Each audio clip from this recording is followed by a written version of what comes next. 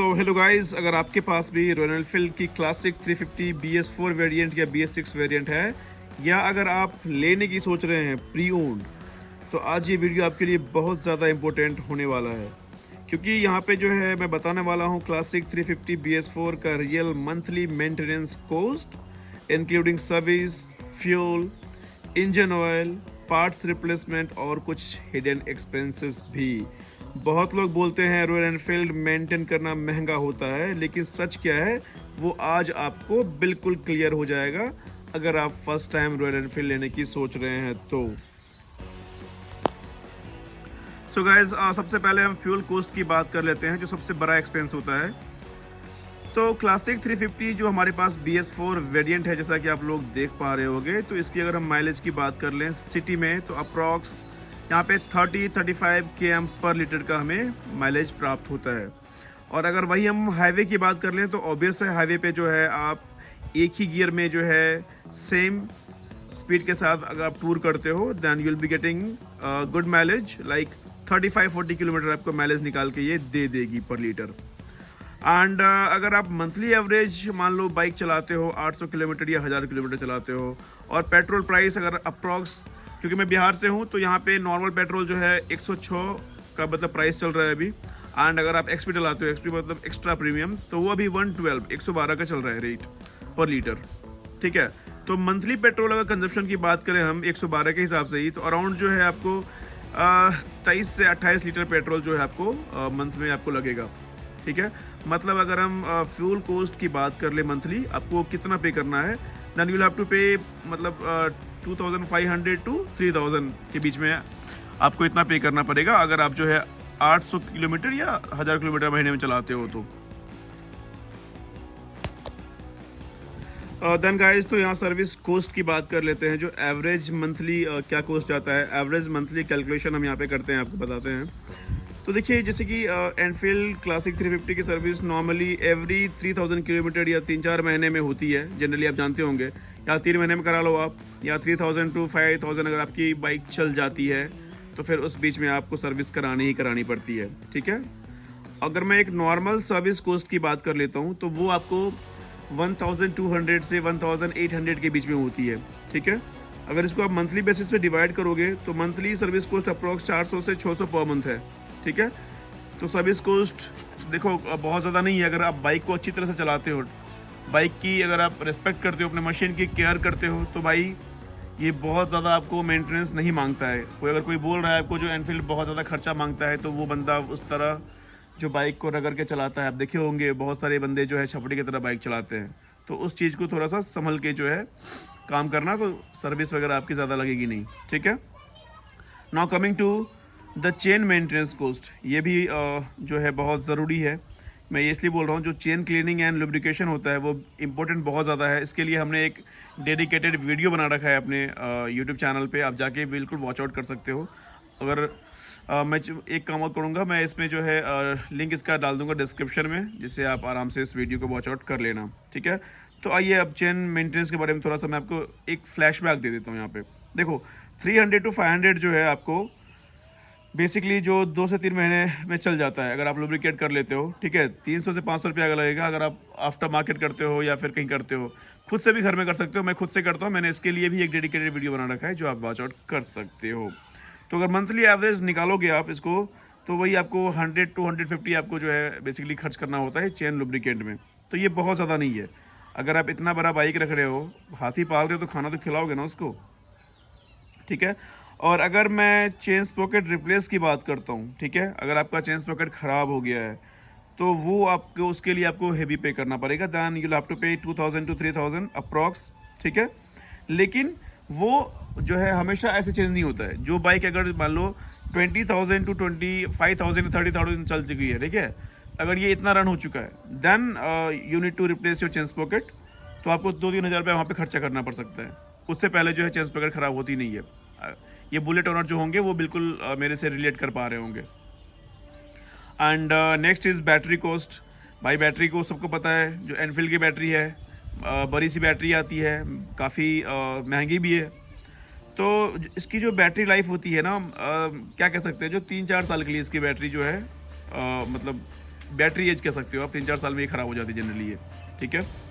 तो इसका जो एक्सपेंस होता है 2000 टू 3000, कभी कभी आप 4000 की बैटरी जो है हाई पावर की वो भी ले सकते हो, बट 2-3 में मतलब अच्छी बैटरी आ जाती है। एक्साइड की आ जाती है, एमरॉन की ले लो वो भी आ जाती है अच्छी बैटरी, ठीक है। तो अगर, क्योंकि ये देखो 3-4 साल में बैटरी चेंज होती है आपकी, अगर इसको मंथली वाइज अगर कैलकुलेशन करेंगे तो आपको 50 to 80 रुपीज़ पर मंथ के हिसाब से आपका जाता है। मान लो 2000 की बैटरी ले लिया, उसको डिवाइड कर लो 3-4 साल में, करेक्ट, पर मंथ के हिसाब से वो कैलकुलेशन आप कर लो, ठीक है। तो ये मेरे ख्याल से 50 से 80 रुपये आपको पर महीना खर्चा करना पड़ेगा बैटरी में, ठीक है। Now coming to the tyre things, यहाँ पे इसके टायर्स कोस्ट जो होते हैं मंथली एवरेज, जो टायर है ये आपको तब चेंज करना होता है जब आपकी बाइक 25,000 से 30,000 चल चुकी होती है।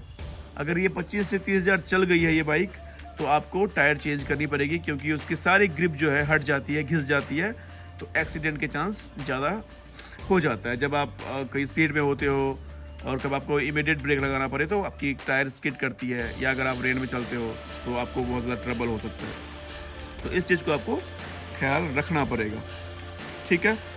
और अगर मंथली एवरेज कॉस्ट की बात कर लें ऐसे, ठीक है, तो देखो टायर की जो प्राइसिंग होती है ना इसकी, मैं आपको बताऊँ थोड़ा सा, जो अगर आप MRF के टायर लगा रहे हो, मैं रियर की बात कर लेता हूँ, ठीक है।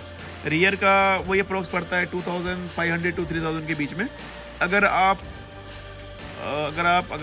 फ्रंट की बात कर लो तो वो आपको 2000 में मिल जाती है, वो MRF की टायर आराम से मिल जाती है। MRF सीट जो आपका मन है वो ले लो, ठीक है, सारी टायर सही होती है इसकी, ओके। तो 4000 से 6000 आपका ये एक्सपेंस होता है टोटल, और टायर सस्ती भी होती है, बट सस्ती मत लेना, जो मैंने बोला है वही लेना।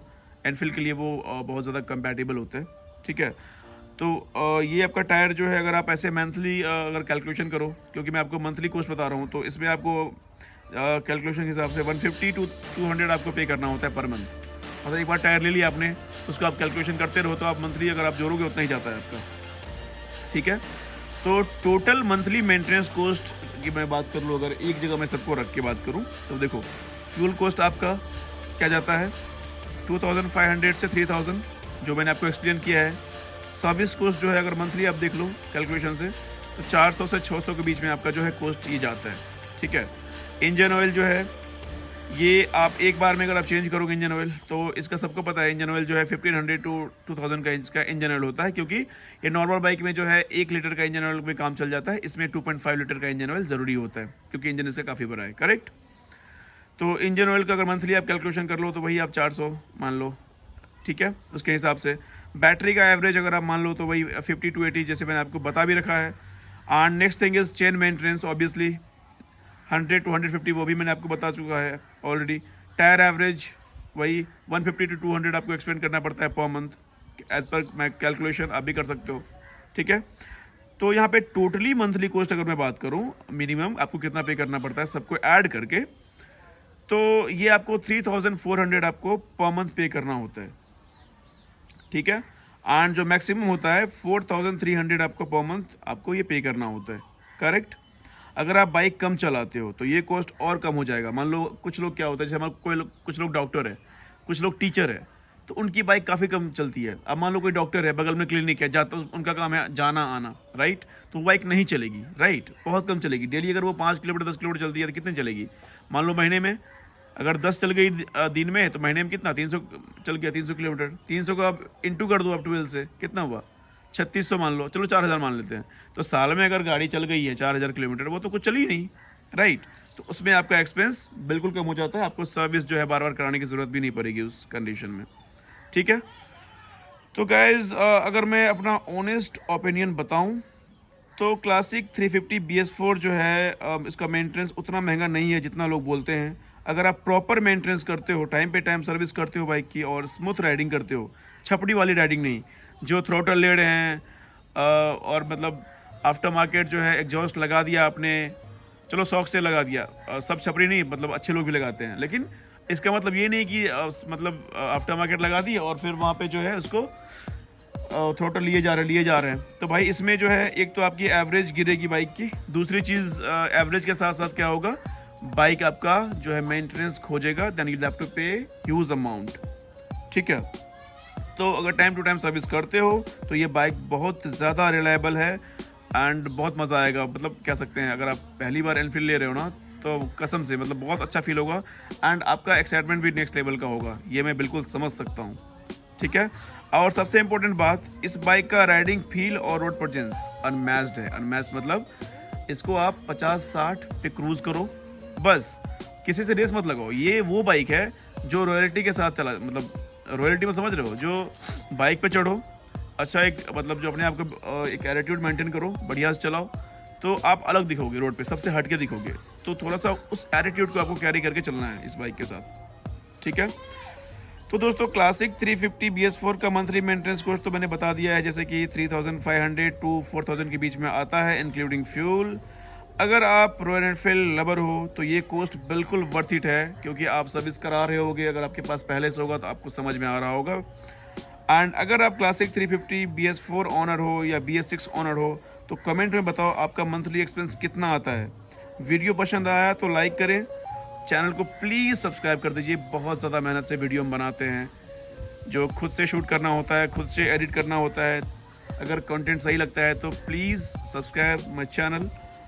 और नेक्स्ट वीडियो में अगर आपको कुछ और टॉपिक, कुछ और आपको जाननी है तो बिल्कुल हमें कमेंट कर सकते हैं। आपको नेक्स्ट कौन सा वीडियो चाहिए तो हम बिल्कुल उस वीडियो को लेके आपके पास आएंगे यूट्यूब के मीडियम से। और मैं आपको इंस्टाग्राम का लिंक भी यहाँ पे पेस्ट कर देता हूँ, आप वहाँ भी वॉच आउट कर सकते हैं। कुछ हमारे रील्स वहाँ पे जो है, बहुत सारे रील्स हमने पोस्ट कर रखे हैं एंड वहाँ पे हमें DM भी कर सकते हैं अगर आपके पास कोई क्वेरी होती है तो।